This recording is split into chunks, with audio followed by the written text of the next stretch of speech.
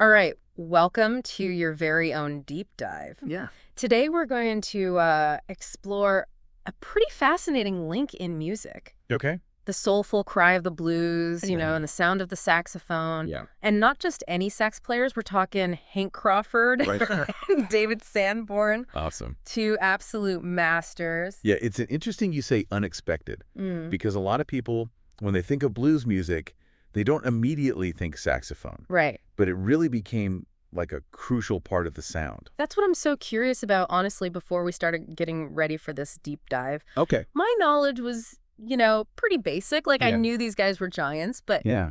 how did the sax even get into the blues? Like, wasn't it way back in the Mississippi Delta Yeah. with, like, just vocals and guitar? Yeah, you're right about the origins. Blues started in the late 1800s in Right. Black communities. Yeah. And it was born from, like, real hardship. Yeah. But finding that strength through music, and the Delta was super important, Sure. but it doesn't end there. So how did it change? Hmm. Was it when the blues kind of moved to the cities? Exactly. You had the Great Migration. Okay. A lot of black folks moved to Chicago, St. Louis, Kansas City, Yeah. places you've probably heard of. Of course. And that changed everything.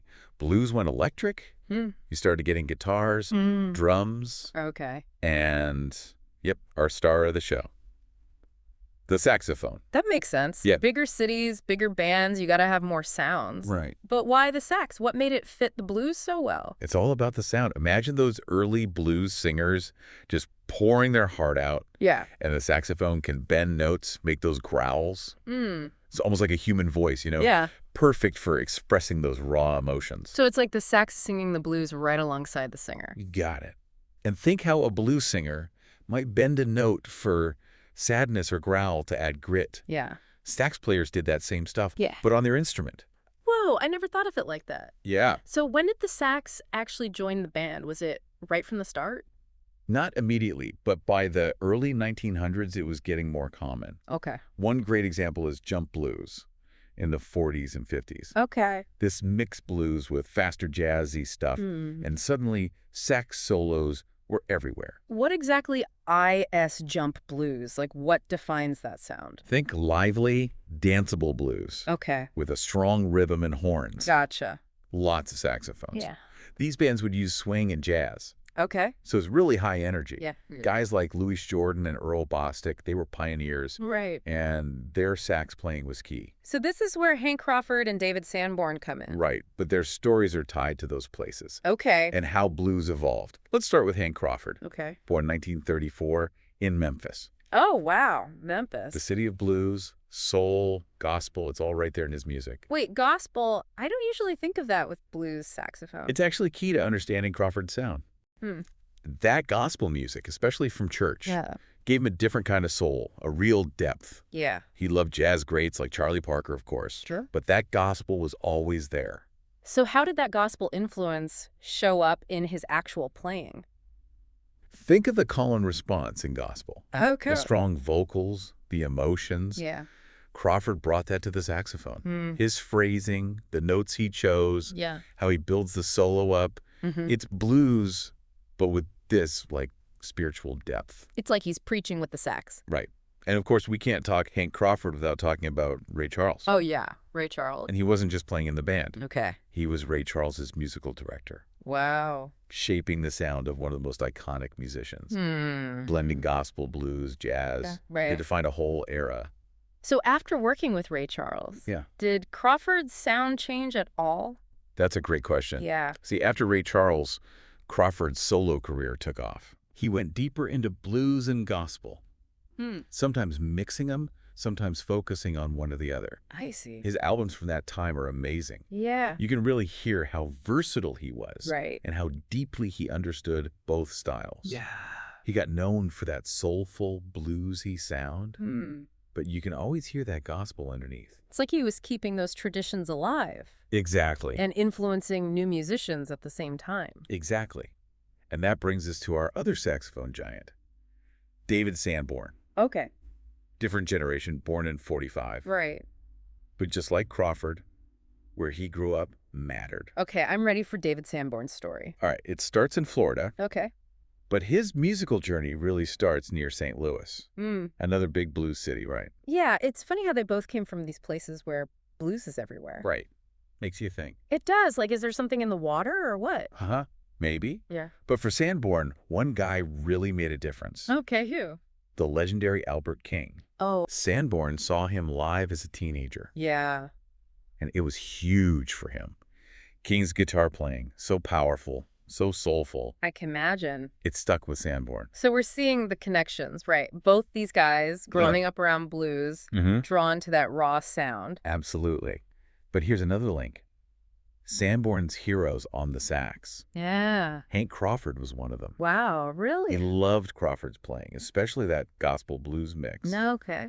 It really shaped how Sanborn approached the sax himself. So it's like a musical lineage almost. Yeah. Inspired by the greats carrying the torch. Exactly. And Sanborn's journey is really interesting. Yeah. He started in blues and R&B bands, learning his craft, getting experience. Right. But then he worked with some incredible people. Stevie Wonder, Gil Evans, the Brecker brothers. Whoa. That's quite the list. Right. His range is amazing. It sounds like he was always pushing himself. Definitely. Trying new things, mixing styles. I got it. Yeah. That's what makes Sanborn so unique. Yep. He took that blues feeling, that rawness, learned from Crawford and others, Okay. and then added jazz, pop, even world music. He wasn't afraid to experiment, Yeah. break some boundaries and create something new. You can definitely hear that in his music. Yeah, Like, it's smooth, sophisticated, but you can always feel that blues underneath. exactly. Yeah. He bridged the gap between that raw blues of Crawford's time and a more modern sound. Right. Modernized the blues, but kept the soul. Yeah. And that's why he was so successful. Yeah, it's amazing how influence isn't the same as just copying. Right. Sanborn took inspiration from Crawford, but he didn't try to be Crawford. Yeah. He found his own voice. Absolutely. His own way to play the blues. And get this, even the type of saxophone they played connects them. Now I have to know more about that. Okay. What kind of saxes did they play? Both Crawford and Sanborn played Selmer saxophones, Okay. considered the best in the world. Oh. Crawford liked the classic models, known for their warm sound. Yeah. Sanborn, he loved that sound too. Okay.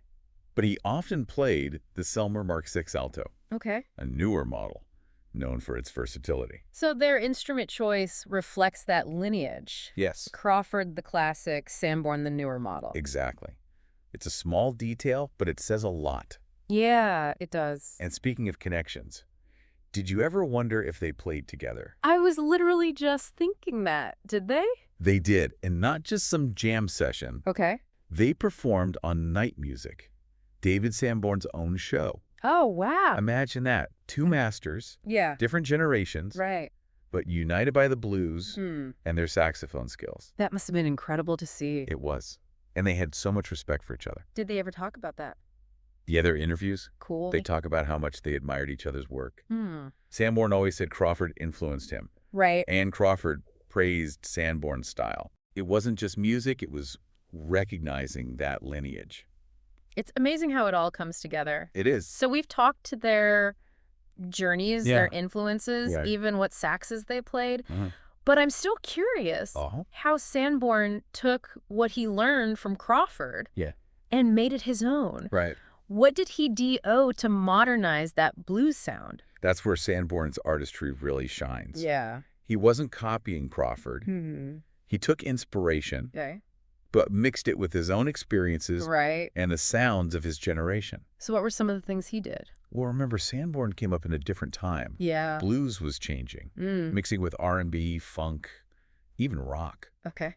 Sanborn embraced that. You can hear it in his playing. Yeah. He wasn't afraid of different rhythms, harmonies, Right. even electronic sounds. I can definitely hear that in his music. Yeah. There's that blues bass, Uh-huh.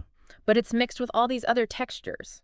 Exactly. He was a master at blending genres. Yeah. He could take a blues riff, make it funky, or add pop to a soulful ballad, Okay. always pushing the boundaries of the sax. And he was so good technically, too. He was. So fast, precise, Uh-huh. but he never lost that emotion, that feeling. That's what makes him special. Yeah. He could play anything, Right. but he used it to tell a story, Yeah. not just showing off. Right. He was communicating something real. It's amazing to think about blues evolving It is. From those early Mississippi recordings Yeah. to someone like David Sanborn, Yeah. it's changed so much. It really shows the power of music to Yeah, yeah. change and grow. Right. Blues is alive, Yeah. It's always being reinterpreted. Right. And that's what keeps it fresh and relevant. It's also a reminder that influence goes both ways. Crawford influenced Sanborn, Yeah. but Sanborn influenced others too. Of course. He shaped modern jazz and blues. Yeah. Inspired new sax players. Absolutely. That's the beauty of music, right? It's Yeah. this conversation between generations. Ideas are passed down, they change, then get passed down again. Right. It's a beautiful cycle. This deep dive has been amazing. It has. We went from the very beginning of blues Uh-huh. to Hank Crawford's story Yeah. and David Sanborn's story. Right. We talked about their connection, Yeah. what they learned from each other. And how Sanborn made it new. It's been quite a journey. It has. And Yep. hopefully it's made people want to hear more of their music. I know, I'm going to be listening differently now. That's great. And who knows, maybe our listener will discover some new favorites too. That's what we hope for. Yeah. To inspire a love for music, Mm, a sense of discovery, right. and to understand how music connects us all. That's beautifully said. Thank you. So until our next deep dive, Yes. keep listening, keep exploring, Yeah, and keep that musical curiosity going. definitely. That's what it's all about. It is Thanks for joining us on this deep dive. my pleasure. Yeah, so it starts in Florida, Oh. but his musical journey, it really begins near St. Louis, another big blues city, Right. Yeah, it's funny how they both come from these places No. where blues is just like in the air. Yeah, right. Makes you think. It does. Like, is there something in the water or what? Uh-huh, maybe. But for Sanborn, there was this one guy who really made a difference. Oh, okay, boo. The legendary Albert King. Oh, wow. Yeah. Sanborn saw him play live when he was a teenager. Mm, And it was like a huge moment for him. I bet. King's guitar playing, so powerful, so soulful. I can imagine. It really had a lasting impact on Sanborn. So we're seeing those connections, right? Yeah. Like both these guys growing up surrounded by blues music, Yeah, just drawn to that raw, authentic sound. absolutely. And here's another connection. Mm-hmm. You know who some of Sanborn's saxophone heroes were. Oh. Hank Crawford was one of them. No way, really? Yeah, he loved Crawford's playing, especially that gospel blues mix. Okay, yeah. Really shaped how Sanborn thought about playing the sax himself. So it's like a musical family tree almost. Yeah. Getting inspiration from the greats who came before. Exactly. And Sanborn's journey, it's really interesting. Yeah. He started out playing in blues bands, R&B bands, Mm, really learning his craft, getting that experience. right. Paying his dues. Yeah, exactly. But then he went on to work with some incredible people. Stevie Wonder, Gil Evans, the Brecker Brothers. Whoa, that's a serious list of names. I know, right?